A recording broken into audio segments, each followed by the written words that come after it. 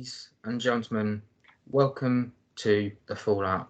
This is where we'll be talking about the controversies of the Women's World Cup, which have honestly been going for so long that we don't know whether we're coming and going this just before this World Cup. I am joined, as always, by Lottie. How are you? Yeah, I'm good. I'm back. Well, for my audio listeners, I have got my work headset on today. I look like a bit of an alien at this point on YouTube, but other than a very long week, and I'm ready for my weekend. Got some birthday celebrations coming up this weekend with my partner, so yeah, quite looking forward to the weekend and looking forward to getting stuck into this pod. And we're also joined by Mr. Worldwide himself, Adam Salter. How are you, Adam? Mr. Worldwide, what's brought that sentiment on? Well, I say well. I mean, Lottie's looking forward to the weekend. Sadly, I'm not. I'm still, working away. So, it's what it is. It's a job, but still got time to drop in and do a pod. So, can't wait to pick this apart. So we shall start with Russia's banned from qualifying for the World Cup due to the Ukraine invasion. Just to let people know, during lockdown, Ukraine was invaded by Russia. This then caused a lot of controversy. There was questions over should Russia be able to compete at a sporting level. That has then UEFA have then decided that Russia will not carry on playing any kind of sport, especially at football level, for the future until this is resolved. At the current moment, it also means that Russia missed out on the Euros 2021, which was last summer, which we had a bit of fun and games with the memories. 22. Originally, 2022. Yeah, I know, but we're 22 now. 21. Let's keep it as 22. We won it, so Either way. So Russia have been banned, caused a bit of controversy. Let's go to Adam first. Well, I mean, I don't think controversy as such, because I wouldn't say it's the wrong decision, if that makes sense. I mean, the circumstances around it are absolutely tragic. It's barbaric, and it's a blight on the people of Ukraine. But I think what we maybe also forget is it also affects the people of Russia, because this is not a conflict that's been generated. The people of Russia don't want this. There's only one person in the world who wants this conflict to occur, and of course the fallout is that there are There we go. Is that the people who are suffering football wise are also the Russian football team. They've appeared in these tournaments before. They've done a decent pedigree, but they're not able to compete because of it, because of the actions of people above them, of someone who rules and people fear. And it is a really sad situation, and then sadly at the moment it shows no sign of resolving itself. It's the right move from FIFA and UEFA, obviously did it separately, and it's not like the first time it's done before. Think back to sort of I think it was Euro '92 when Denmark men got the right to host the cup because there was a conflict. I forget precisely what it was, but I think it was Eastern Europe, like Yugoslavia or somewhere around there. There was the tournament was lost there, and they got banned from competing in it. So I'm glad. I'm glad they made the right call on this. I just hope that the whole conflict gets resolved one way or another, and we can see Russian footballers play again in these tournaments. Because as what will happen now is they're going to, when they come back, when it resolves itself, the Russian team will come back into these tournaments and they'll be massively behind in their development, because the likes of England, France, Spain, Germany will have all advanced and they won't have the experience. So yes, for the meantime, Russia won't be at these tournaments, and it's football's a real loss because of it. Lottie, is there anything to add to that? To be honest with you, Adams has hit it on the head, and I think the one thing that does irritate me is they're not keeping the ban consistently across the sports. Well, at the moment, if anybody is watching Wimbledon, there was a Ukrainian tennis player. She basically refused to shake hands with a Russian one because she was Russian, and I think it's a really bad example of what a sports person should be doing, because they are leading by example. So it's a whole nation shouldn't be damned by the actions of one dictator. Sadly, there's a lot of that attitude back. If we look back through history, especially like say with England and Germany, for example, there's always that bit of rivalry in the sport, but it's never that extreme, if that makes sense. No.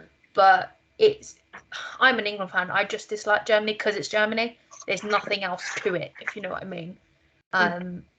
But it's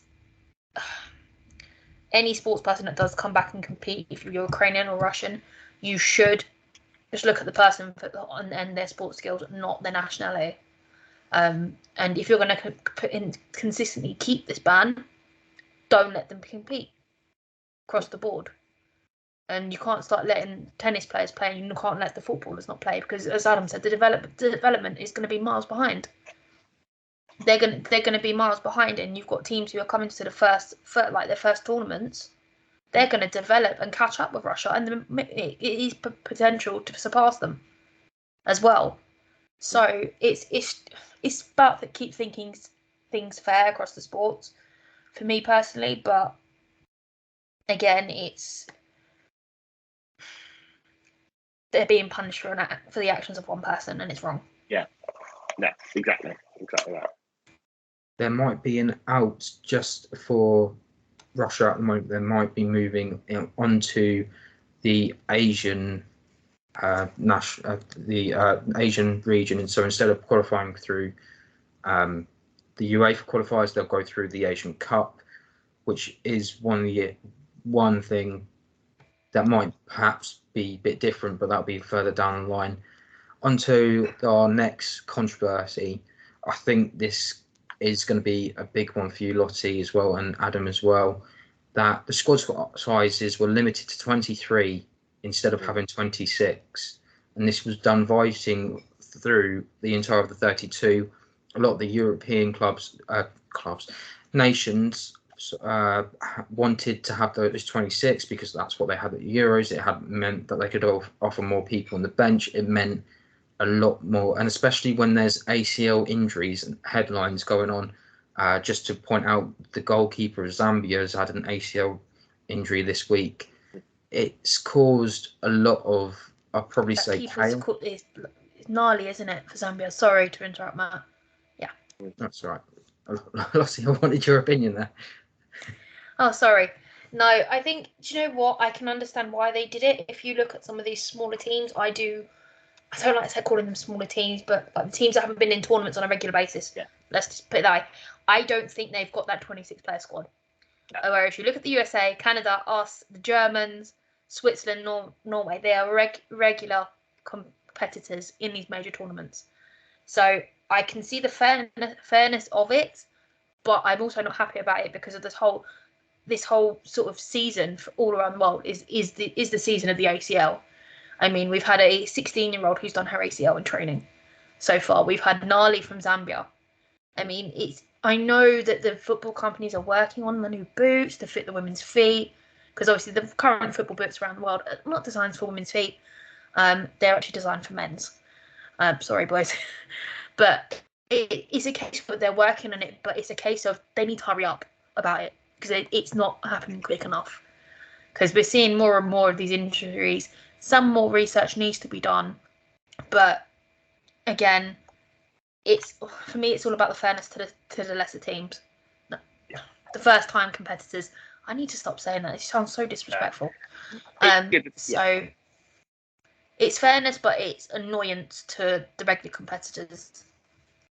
It reminds me of the debate they had when we had lockdown COVID. We had 5 subs, and then they turned it back to 3. And there was a question of who does 5 subs benefit more? Well, it benefits the teams who are richer, who've got deeper squads, use more of their players to rotate them in and out of the game, than it does the teams who, let's say, are lower down in the league, who maybe have smaller squads and want to use that fatigue to the bigger team to their advantage.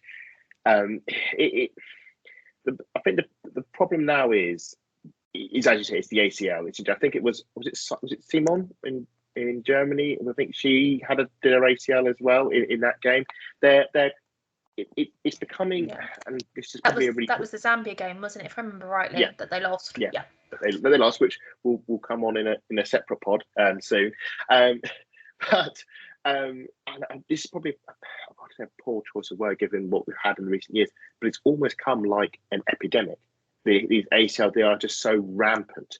Like in every single player, every single women's footballer is basically now a ticking time bomb in terms of an ACL. At some point in your career now, you're going to have an ACL. And I was discussing this with somebody else earlier today about where the fixtures are. We've got, because of COVID and lockdown, the way the schedule is absolutely messed up. We've got tournament after tournament after tournament after tournament. We don't have a break in the women's football schedule during the summer until 2026. Yes, because we've got the Olympics next year, and then we've got will be another Euros after that, and then we get 2026. So these poor players are being stretched to the limits, and we need a bigger squad to be able to rotate. We look at the Arsenal transfer plan this season. We brought in more forwards, so Jonas can rotate out his players as much as possible in game to cater for the fact that there's risk of players' ACLs going. It is a bit of frustration. I think it will happen a bit like with the 5 subs. They brought that back to the Premier League. I think at some point the pressure will be so much that they will have to expand it, like they did with the Euros, 26-player squad, just to give you that level of contingency. But as you say, with the teams who are, let's say, they're new to the competition, the pool they can pick from will naturally be smaller in terms of talent, in terms of who they can pick from. But I can understand the annoyance, and certainly from sitting where we are as England fans, we are on, so we say, the higher end of the table. How lucky we are! We're the ones who are suffering, or will suffer potentially because of it. So the thing is, there's also the flip side of the coin. Sorry, Matt. Yeah. If you look at, I think it was Zambia's professional squad. They had 36, and they had to cut that down to 23. Which it's interesting because obviously you've got teams like Zambia that have been around for so long. Then there's not much information out there for people to actually go and find out about them. But back to my earlier point, I wasn't saying like these lesser teams have less players. It's more about the development and the quality of them. For me personally. So we just go on to the next one, which will be the Visit Saudi Arabia becoming a sponsor for those listening on to our podcast on Spotify or Apple Playlist. I did that in air quotes before the backlash then started, and then they were forced to spot out. So I don't know who wants to have that one first. It's bonkers, and unfortunately, it's getting worse. It's not just limited to this particular tournament. The Saudi influence in football is growing. It's becoming. It started. I mean, I know obviously the World Cup was held in Qatar last year, but that the pool of the Middle Eastern states of the likes of Saudi Arabia, now sitting in the league, Cristiano Ronaldo coming over.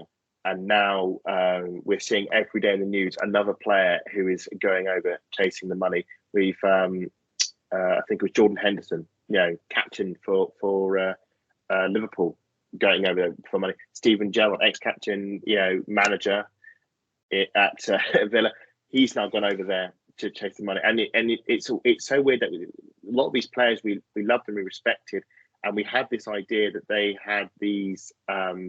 Shall we say morals, exactly. We elevated high standard. They were the people we believe in, trust in, but money talks clearly. And now I'm really sorry to interrupt. How do you explain Ronaldo? He's completely about money for me.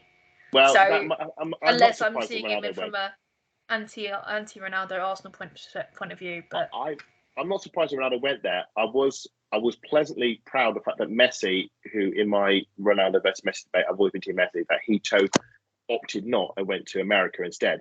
But as we now see, Saudi are now trying to spread their reach into the women's game for a country that I would think we can probably agree, as per the culture, don't really have women in the highest level of respect.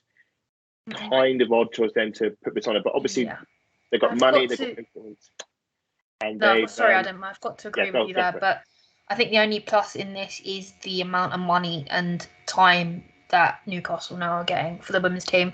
They've already moved up a league, and yes, it's great for them, don't get me wrong. They've got the traction of the fan base and everything else, but it's a case of when they get to us, is there going to be FFP in place like Man United are calling for now? My feeling is of a sponsor like for the World Cup and for the whole is the investment that Saudi could give to the women's game would be incredible. And I think of it as like when Chelsea and Roman Abramovich, we know what Roman Abramovich was, we know where his money came from. We know that, for some of us, we believe that to be, so we say, tainted. And obviously when we mentioned previously about the war of Russia and Ukraine, all of a sudden the Roman got removed from Chelsea. But when he was there, they pumped Chelsea with cash and with funds. And not only did they accelerate their men's team, but they accelerate their women's team to the extent that they're now the dominant force in women's football. And you think, Saudi investment in the sport as a whole could accelerate the game, but would it be worth it? Because we hold women's football in such a moral high standard, especially when we talk not just about women, but about LGBTQ and what it stands for there. And you just think it just feels like you're doing a deal with the devil. We know that FIFA don't really have that much morals left to deal with, but for women's game, it feels like this sort of ground that you can't. We can accept corruption in the men's game, but women absolutely not. And I'm really glad that they took a stand and said, no, not here. We don't have Saudi money and what it stands for and what it represents in our sport. And thankfully, as incredible as it seems, reasoning and sensibility actually came through and they removed the sponsorship. The fact that they were almost consulted on this is the most baffling thing. The fact that the Australian FA, who would be looking over the tournament, no one told them, people just sort of seemed like they sort of snuck it in. That suddenly got visit Saudi everywhere, which is madness. But thankfully sanity prevailed. So we'll come on to the broadcasting rights, and not too much of a song and dance about it, but this went on for ages and ages and ages. It honestly felt like it gone on longer than Alessia Russo saga, a transfer saga. Essentially, just to let people know, the European super nations, as I should really call them, all ganged up and said that the women's football was worth roughly around that 10 million mark. FIFA then turned around and said, well, hold on, you've paid over 200 million for the men's World Cup, and they wanted around the same figures. Now, I think Lottie's going to have a lot to say on this from the way she's going to have. So I think you can have first dibs, Lottie. Just so everyone on the audio knows, I've been sitting here pulling faces at what Max just said. I'm sitting there ready, raring to go, but let's get into it. For me, this really, really made me livid. That is the best word I can use without using language that shouldn't be used on our podcast, and I will not be the first person to swear. Leave that to me. No, it's going to be one of you two. I think on Canon Chariot it was Matt that was first, so it's definitely not going to be me. But this really, really made me livid. The amount of football that the BBC and ITV have, and you don't want to pay the money for it. Yes, I know it's at silly o'clock in the morning, but there's so many more fans that are willing to watch this game. When I started following the women, I started going. I would meet, apart from one person in my match day going group for the men's, there was two of us that watched it. Now all of us watch it and half of us go. So it's not like the demand isn't there, because people will watch stuff back. It's like I'm planning to watch like the games that are on at 2-3 in the morning. I'm watching them first thing in the morning and then watch what other games I can back. Even when I'm in the office at work, I'm planning to take my iPad to work. But the demand is there and people do want to watch these games. There's a lot of people out there that don't like men's football. They just want to watch the women's football because it's less dramatics, let's say, of rolling on the floor. Like we've seen Leah Williamson at Meadow Park thrown on the head. She's got up and kept going, and then the concussion has kicked in and we've had to stop, which is fair enough. But there's a lot of people who do prefer the women's football to the men's. It's the same old story with the men's, and I think after last year's inspiration, there will be a lot of people and a lot of young girls from future generations who will be watching this in the morning. They will get up early before school. They will put the TVs on. They will not watch their cartoons or anything like that. The demand is there as well. So I don't know what the hesitation was. Thing is, they've got to remember, because money has doubled.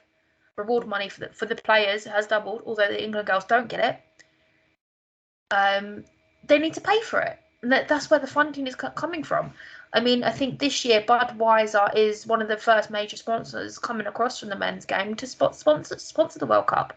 There is probably more in there, but the Budweiser was more recently in the news because they also purchased the rights for the Euros next year for the men. Is it Euros? Because the Euros are in Germany, I think. So. I don't keep track of their competitions. It just comes up when it comes up. Yeah, but that was the announcement. They said, yeah, you can be a sponsor if you do this. Thing is, it's a bit annoying because I'd rather them do it for their own free will and stuff like that. But I think the BBC and ITV were just being a bit tight-fisted for me personally. They had the WSL games on. They have a chunk of those. They have a chunk of the friendlies and all the time. Why are you not going to pay for this? I think it's a bit more to it than that, which I'm big about. I'm saying the blame is not only with the BBC and ITV. I think it's what is fascinating about the coverage. If you flash it way back to when I was going to Euro 2022, I looked at what the coverage was like when we last hosted the Euros, which was in 2005. And it's fascinating when the BBC come in saying, yes, great, we're going to be showing only the England games and like nothing else. The rest will be in highlights. We'll only show live the England games on the BBC. And then we'll show knockout games, but only England games if they get through the knockout rounds. The coverage was so limited. And of course, England didn't get out of the group.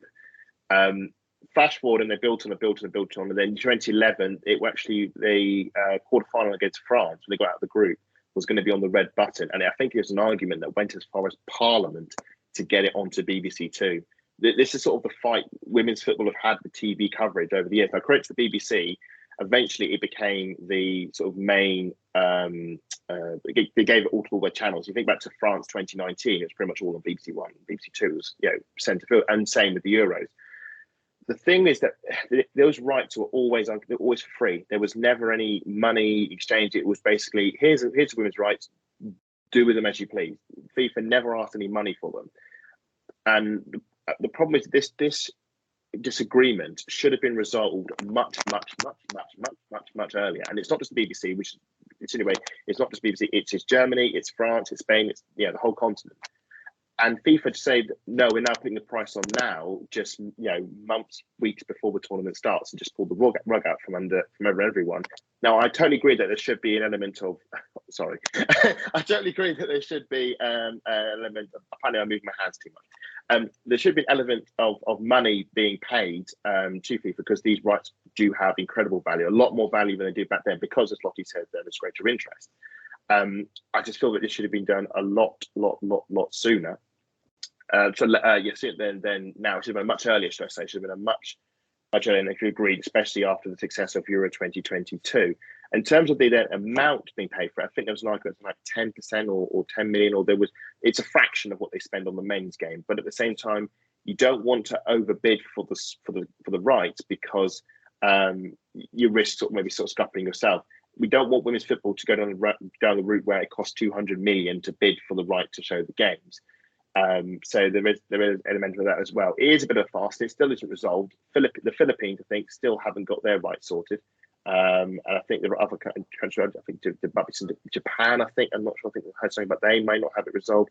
What did please me was when all these debates were happening, the BBC and BBC/ITV was sort of pitched as the ones that were closest to the value FIFA were asking for. It does feel wrong, the idea that FIFA got the moral high ground in these sort of situations, considering their track record when it comes to money. I do believe they're right to ask for a monetary value for this, and I believe the value will only go up as these tournaments continue. But the way it was organised, which is a shambles, and the fallout is that there's been no TV advertising. If you think back to previous tournaments, usually the moment the men's season, women's season ends, they say, right, what's coming up for the summer? Well, we've got the Euros or the World Cup, and it'll be all for the TV, and you'd see all the players and the TV ads, and ITV saying we've got the opening game, the BBC saying we're showing the Denmark game every weekend, and so it's in the public conscious and everyone knows about it. There's been nothing. There's been no mention of it, and it's only just come out. And you fear that it may not generate enough interest because people haven't had enough warning. So hopefully people still still tune in at 6-9 o'clock in the morning to watch these games. It's resolved now, but it's just it was farcical really and needless. So that is everything for today. We still have a few more controversies to go through, but come see us again and we will talk more about it. But don't forget to leave your comments in below. What have you thought about some of these situations that we've found ourselves in, the controversies? Let us know your thoughts. Don't forget to like, share, subscribe, and as always, we'll see you next time.